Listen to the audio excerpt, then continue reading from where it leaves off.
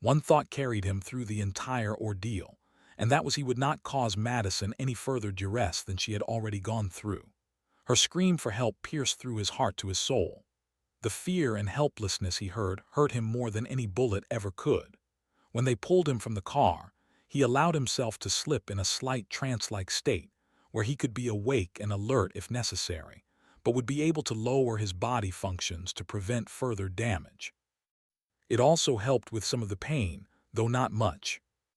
When her mother touched him, her darkness spread through his body like a black plague, and every fiber of his being exploded in agony.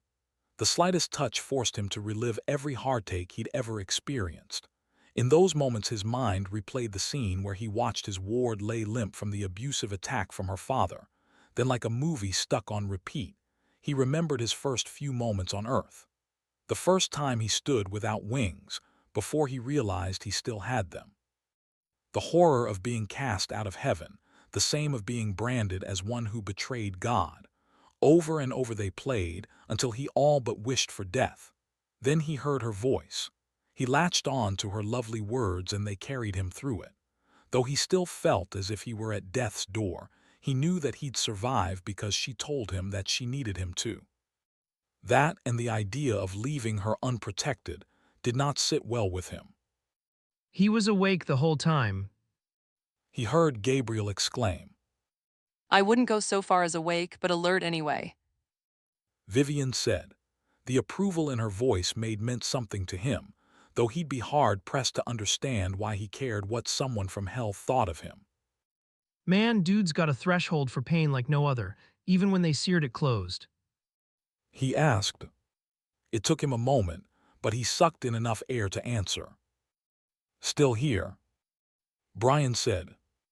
You just rest. Once we can be sure the bleeding has stopped and the wounds are closed, we'll move you to somewhere more comfortable. Why did you burn them closed? Why not stitches?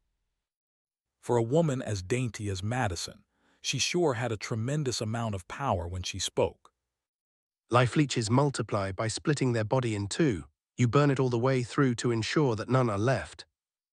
Michael explained. Brian let his mind drift. He knew all about life leeches. He'd seen them in another disgraced angel who had deserved their punishment. It had been about 4 years ago, not long after his own fall. An angel can sense another, even after they have joined the ranks of those who can no longer enter heaven.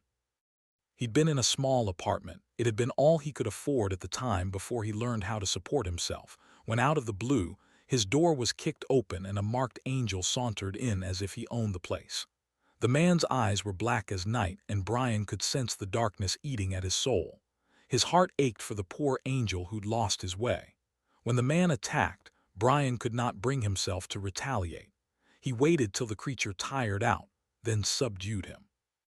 He noticed the bullet wound that had ripped into his right shoulder. He couldn't figure out why the angel had attacked him, or what he wanted, but when he cleaned the wound, black slugs began to crawl out of the wound. Thanks to many child wards, he knew that slugs and salt were not going to be good friends anytime soon.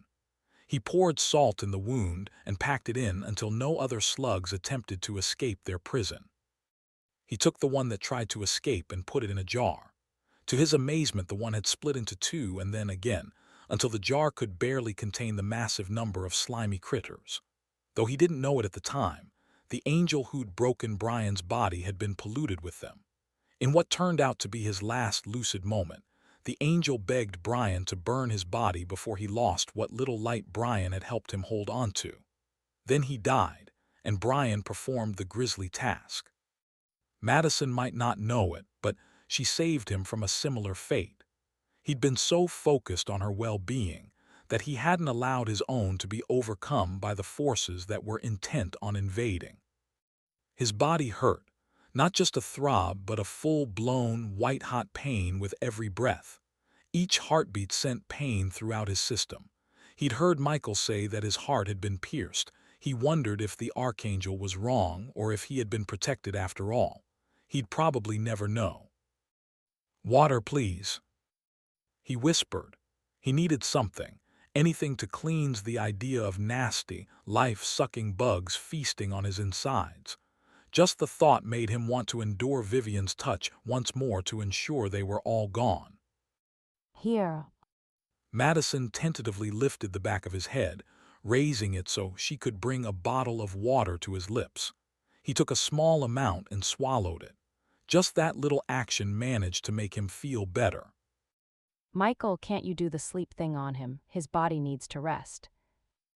Madison said with worry in her voice. Fine, Brian struggled to say. Then you are going to the emergency room to ensure all those things are out of you, and then we'll explain to a doctor how you got shot. I'll, of course, take Gabriel with me and go blow up the deli without you. Madison said. Mean, Brian replied. I'm so up for blowing things up, just say when, princess. Gabriel replied. What's it going to be, Brian, rest or hospital? Madison asked. Rest. That decision had been easy.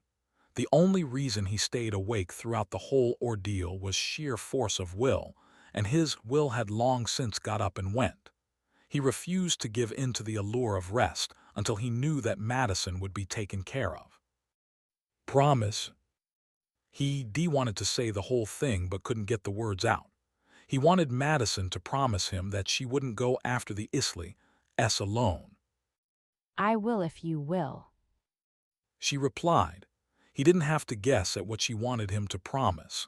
He could just imagine the determined set of her jawline. He had no choice but to rest and cooperate with the dynamic woman.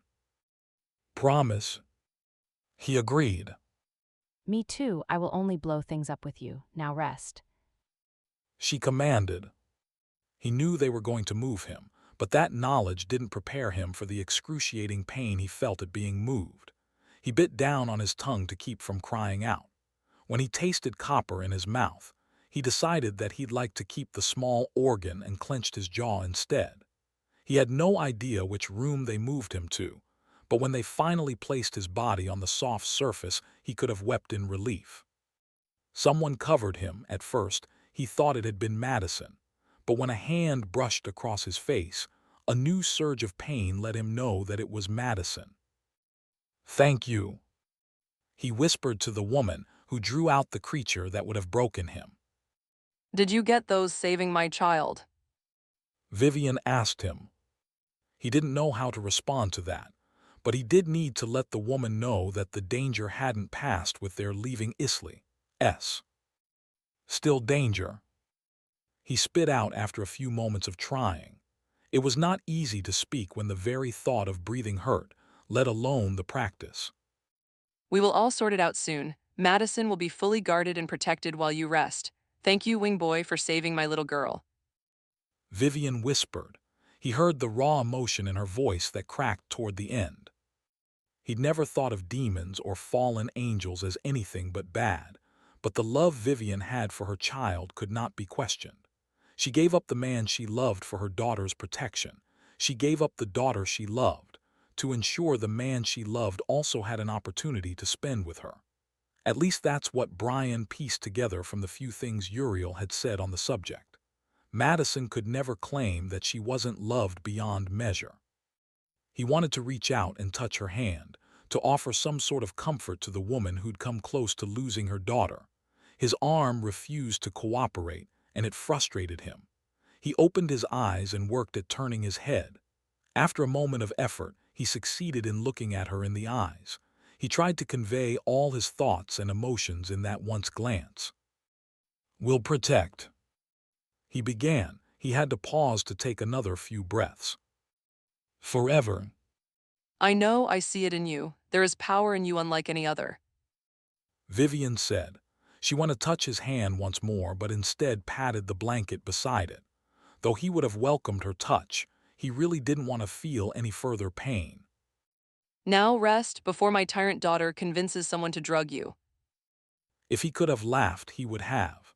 The thought of Madison walking up to Michael or even Uriel and demanding that they drug him amused him, even if he could picture it with a clarity that scared him. She would do that. With that thought in his mind, he drifted off to sleep.